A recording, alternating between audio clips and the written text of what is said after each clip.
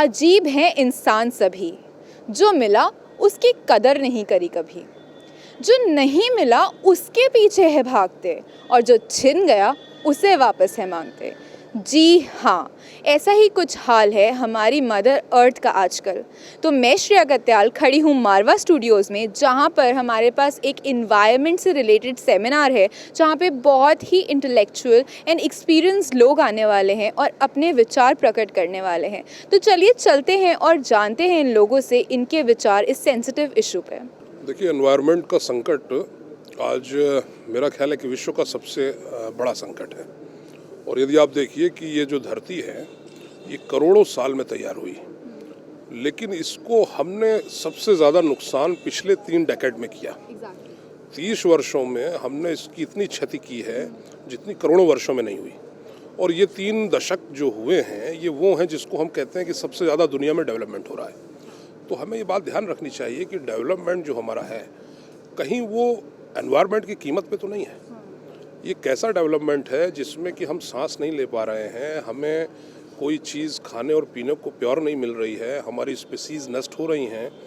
आपको ये जानकारी होनी चाहिए कि हर साल देश में जो भूकंप और बाढ़ बढ़ रहे हैं इसका बहुत बड़ा कारण हमारा ये पॉल्यूशन है। नदियों का जो साइज़ है वो बदल गया है, डायरेक्शन बदल गया है, क्योंकि उनका 60-70% हिस्सा जो है आज वो गार्बेज, मलबे और गाद से भरा पड़ा है। तो आपने यही चीज़ रेज करी है कि डेवलपमेंट एट व्हाट कॉस्ट। तो अब मैं आपसे जानना चाहती हूँ कि सस्टेनेबल डेवलपमेंट के आपके पास क्या इनिशिएटिव्स हैं और आपके क्या स्टेप्स हैं जो एज अ पर्सन आप कंट्रीब्यूट करते हो? देखिए, भारतीय सभ्यता और संस्कृति में इसका इलाज दिया गया।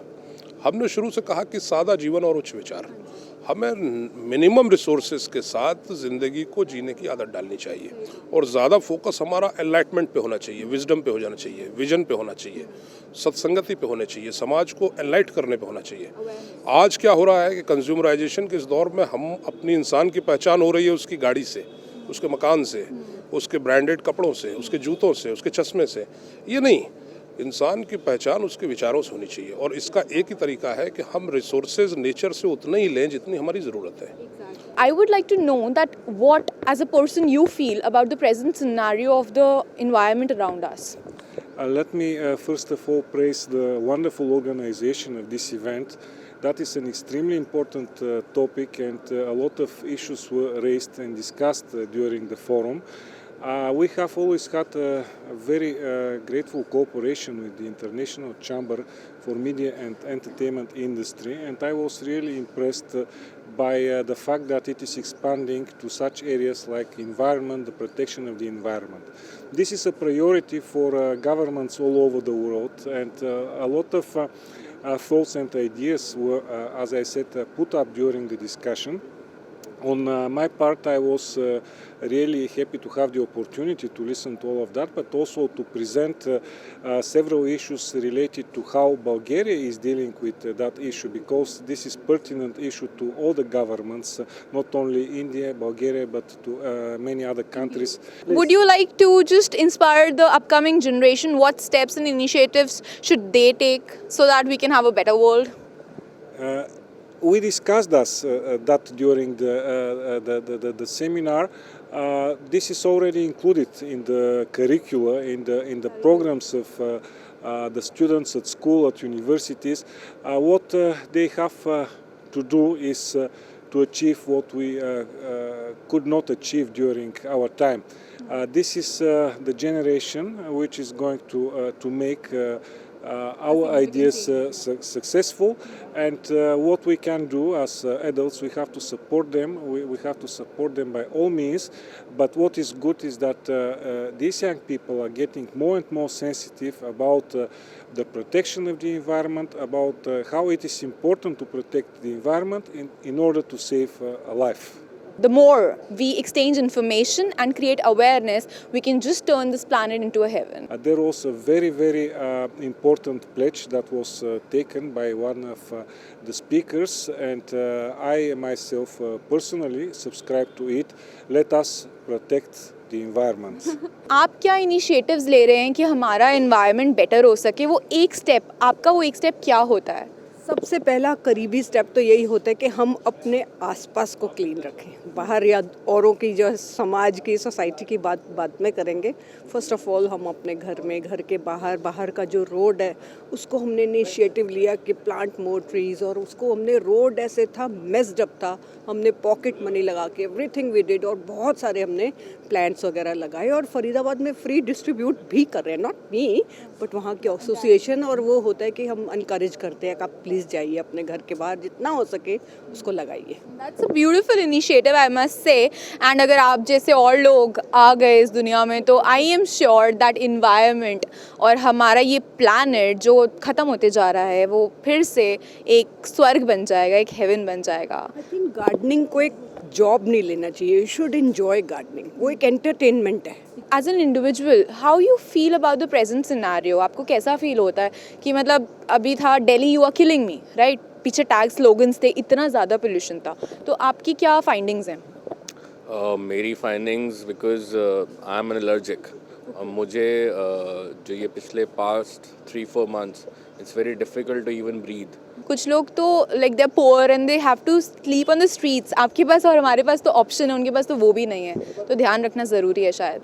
अच्छा, ध्यान रखने की जहाँ बात आती है तो अब मैं ये जानना चाहूँगी कि जैसा आपका भी पर्सनल एक्सपीरियंस बहुत टेरेबल रहा है, आप वो एक क्या स्टेप लेते हैं जिससे हमारा एनवायरनमेंट बेटर रहे? We try to minimize our car usage and try to maintain the cars. Other pollutions, I try to tell people don't burn fire, but then it's winters, you know, there are people who want to keep themselves warm, so they need to burn something.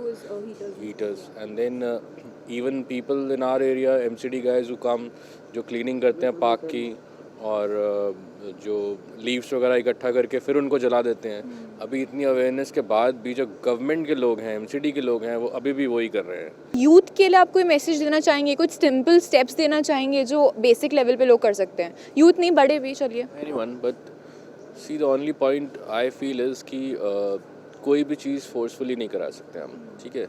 सो हमें अपने आप में वो feeling लेके आनी पड़ेगी, वो environment को लेके वो फीलिंग अंदर से जनरेट करनी पड़ेगी, जिससे हम खुद ऑटो मोड में वो काम करें, रादर हम किसी के डर से करें कि फ़ाइन हो जाएगा, या इवन किसी भी चीज़ का डर। यहाँ जो शहरीकरण है ना, वो इतना बढ़ता चला जा रहा है, उसकी वजह से अनेकों प्रॉब्लम पैदा हो गई। इनकी वजह से ये पर्यावरण हमारा ख़तरे में है। जहाँ अनाज पैदा होना चाहिए वहाँ हम मकान बना रहे हैं, सही बात। और जो पेड़ होना चाहिए वहाँ पे मकान बना हुआ है। तो ये इतनी विडम्बना है मेरी नज़र में। तो सर, पहले जब आप छोटे थे तो आपको क्या मतलब डिफरेंस दिखता था, और आज सांस लेना मुश्किल हो रहा है बच्चों के लिए, कहते हैं कि ऑक्सीजन सिलेंडर लेके जाएंगे स्कूल, वो तो आपको क्या मतलब अंतर क्या दिखता है पहले से और अब में? आपने तो दोनों ही टाइम देखे हैं। पहले के टाइम समझिए कि इतना सब आडंबर नहीं था, आज बनावट ज़्यादा है। आज की तारीख में हम सब लोग कोशिश में लगे हैं कि जो प्रोडक्ट हम बना रहे हैं उसे बेचें। ज़्यादा अपनी आवश्यकता से ज़्यादा बनाने की ज़रूरत नहीं थी, लेकिन उसे ज़्यादा ही कहीं बनना है, तो जो हमारे रिसोर्सेज में धीमे धीमे ख़त्म हो रहे हैं। आज आप समझिए कि पूरे विश्व में प्रॉब्लम है, यहाँ हिंदुस्तान में ही नहीं। हम वेस्टर्न कल्चर फॉलो करते जा रहे हैं, वो जो वेस्टर्न है वो हमारी तरफ आ रहे हैं, और हम उनकी तरफ जा रहे हैं। तो उनका ये विचार है, बिल्कुल ठीक है, कि जितना आप गांव में का विकास करेंगे तो शहरों में इतनी जो प्रॉब्लम कम हो जाएगी। ये जो स्मार्ट सिटी हमने बनाने की जो प्रथा शुरू की है, वो स्मार्ट विलेज होने चाहिए। अगर आप हकीकत में इस पर्यावरण को बचाना चाहते हैं, सारा कुछ जो है शहरों में इकट्ठा होता जा रहा है। जितना ट्रांसपोर्ट में ट्रैफिक जैम लगता है, गांव में तो कोई नहीं होता। पेड़ लगाना ही नहीं है, पेड़ों को बचाना भी ज़रूरी है। जो हमारा जो कार्यक्रम है यहाँ पे एक आपके ICMI के तहत एक वो है कमेटी, वो है environment and climate change, and उसका उद्देश्य जब बता रहे थे मारवा साहब, तो वो ठीक है कि हमने 55,000 बच्चे सेंसिटाइज कर दिए, क्योंकि पानी, वायु, पानी एंड भोजन, 3 चीज़ें आपके लिए बहुत ज़रूरी हैं। और ये सब, इसके अलावा जो कह रहे थे इतनी स्पेसीज ख़त्म हो गई, कैसे ख़त्म हो गई? क्योंकि हमने उनकी तरफ ध्यान ही नहीं दिया। हम हैं और सब नहीं है। तो ये जो बात है ना, इसको थोड़ा ध्यान देने की ज़रूरत है कि आगे आने वाले हमारे बच्चों का क्या होने वाला है। किसी आदमी से आप एक प्रश्न कीजिए कि आप क्या कर रहे हैं, कह रहे हैं मैं जो कुछ कर रहा हूँ बच्चों के लिए कर रहा हूँ, तो आप बच्चों के लिए क्या नाले खोद रहे हैं, गड्ढे खोद रहे हैं, आप ये बात को जरूर ध्यान दीजिए। मतलब हमें सोचना पड़ेगा कि हम ही ये आखिरी जनरेशन नहीं है, आगे भी लोग आने वाले हैं, उनके लिए इस प्लैनेट को हमें कंजर्व करना है, सेव करना है। ये कहा गया था कि ये जो हमारे पास है, पृथ्वी है या जो कुछ है, ये बच्चों की अमानत है, ये हमने उनसे उधार लिया है, so we have to give them back, you know, in the same, at least in the same position. तो हम तो खराब करके दे रहे हैं। तो ये जो पर्यावरण का जो सब्जेक्ट है बहुत महत्वपूर्ण है। और आप देखिए कि आज भी नोएडा के अंदर 300 से ऊपर 2.5 PM है, जबकि ये 60 होना चाहिए। कितने ज़्यादा गुना है? 5 गुना ज़्यादा है। तो आप कैसे बचेंगे इससे? तो देखा, सर ने भी यही कहा, wake up before it's too late. ईश्वर ने हमको बहुत अच्छा नेचर दिया, एयर दिया, सी दिया, लैंड दिया, पर उसने एक गलती कर दी कि उससे मुफ्त दे दिया, फ्री दे दिया। तो हमने उस फ्री का ऐसा बदसलूकी उसके साथ की, ऐसा उसका मिसयूज़ किया कि that we start polluting air, we start polluting land, we start polluting sea, everything. वो तो ह्यूमन नेचर ही है ना सर, कि जो भी फ्री मिलता है वो तो टेकन फॉर ग्रांटेड लिया जाता है। उसकी कीमत हम दोबारा दूनी हम पे कर रहे हैं, चुका रहे हैं, क्योंकि आप देखिए 3 से 4 लाख लोग मर रहे हैं एयर पोल्यूशन की वजह से। और ये देखिए, मैं इंडस्ट्रियलाइजेशन के खिलाफ नहीं हूँ, पर इंडस्ट्रियलाइजेशन को अगर आप ग्रीन इंडस्ट्रियलाइजेशन कर दें तो इसका उन्मूलन हो सकता है। सर मेरा एक क्वेश्चन और है कि पहले तो मतलब हम लोग जब बच्चे थे छोटे तब हमें कहा जाता था कि earth is the only planet we have, but अब तो हमारे पास, अब किसी को ये चीज़ बोलो ना कि earth is the only planet we have, उसकी जगह उसका होता है कि मार्स भी तो है, हम वहाँ चले जाएंगे। तो इसमें आपकी क्या विचार है? No, again, it's a very good question, but let me be very frank. The other planets are there, but have we reached to any planet? And still, it's doubtful whether the life exists in the Mars or not. Whether life exists on the Moon. The Moon temperature is -50, -70, and it goes to very high. Can we live there? So we have landed to Moon, we have reached to Moon, but the idea is, okay, we can go as a tourist, but living will not be possible. Similarly, the Mars planet is a very far off, very hot planet at the moment. How can you think of? Yes, maybe after 50 years, but will you wait 50 years not to control global warming? I must tell you one sentence: there cannot be any problem which has got no solution. If there is a problem of environmental pollution, there is a solution. God gave you 3 things, and He has given the solution on those 3 things. There is, you use solar energy, you use water energy, you use the wind energy. Nature has given an answer in itself. Replace all this thing, generate electricity out of it, biogases, other things you use. Use CNG as you are using. So, guys, it's a wake-up call from the scientist himself. कोई और planet हो पर फिर भी वहाँ इतनी sustainability नहीं होने वाली है, बचा लो अर्थ को। और हाँ, जैसे कि सर ने कहा, go for green energy, right? As we all know that Mahatma Gandhi said that the earth, planet earth, has enough to satisfy every man's need, but definitely not any man's greed, right? और हम लोग इतने greedy होते जा रहे हैं जिस वजह से हम ये प्यारी सी धरती खोते जा रहे हैं। तो जागो, it's a wake up call। देखा कितना important है हमारे इस planet को बचाना। Go for green energy, go for good alternative sustainable solutions।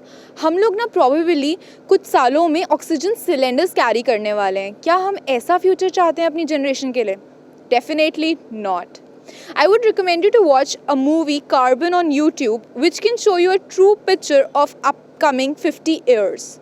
अभी स्लोगन्स भी थे, Delhi you are killing me, इतना पोल्यूशन था, मास्क लगा रहे थे लोग। क्या होते जा रहा है ये? Guys, wake up before it's too late. That's all for today in today's talk. I, Shreya Katyal, sign off for the day. But I'll be back very soon with another very interesting, sensitive topic for you only at MSTV, हर पल आपके साथ।